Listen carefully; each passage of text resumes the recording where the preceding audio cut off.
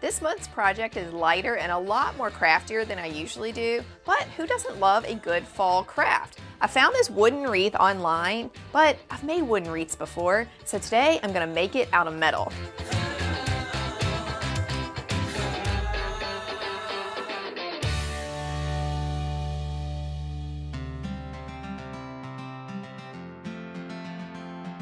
Since I'm not very good at freehanding designs, I mocked this up on my computer and printed it out. It's all taped together, so now I can cut it out. It's going to make it a lot easier to trace it on my metal. Now you just cut along the outside of the shape to get your stencil. I'm using a roll of metal flashing, typically used on roofs. It can cut you, so wear gloves while handling.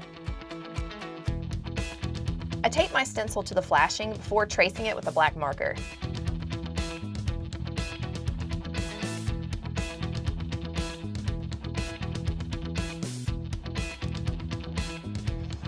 The key to cutting a rigid material like this flashing is to go slow and make one small snip at a time.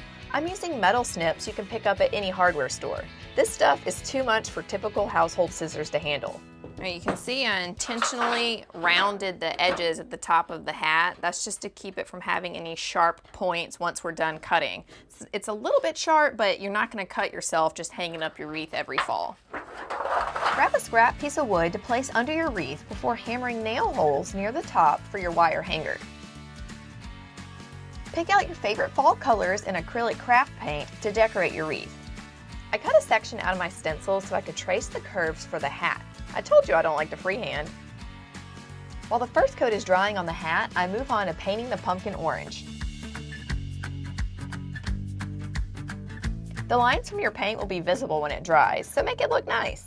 I did the hat left to right and the pumpkin top to bottom. All right, my first coat has dried. I'm gonna go ahead and do a second coat real quick and let that dry really well before I go back and add a few decorative details to really polish it off. For the second coat, keep your paintbrush full of paint or it can pull the first layer of paint right off. Now that my base coat has dried, I'm gonna start painting the details, and this is where you can get as creative as you'd like. I think I'm gonna add a buckle and then maybe some words and maybe some accents on the pumpkin. We'll see. Using a permanent marker for any words is way easier than freehanding with a paintbrush. Then all you have to do is paint over it to make it larger. Unfortunately, my handwriting isn't that pretty. Maybe next time I should call a friend.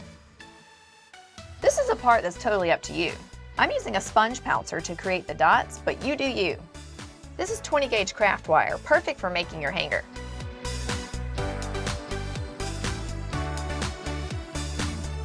Happy fall, y'all.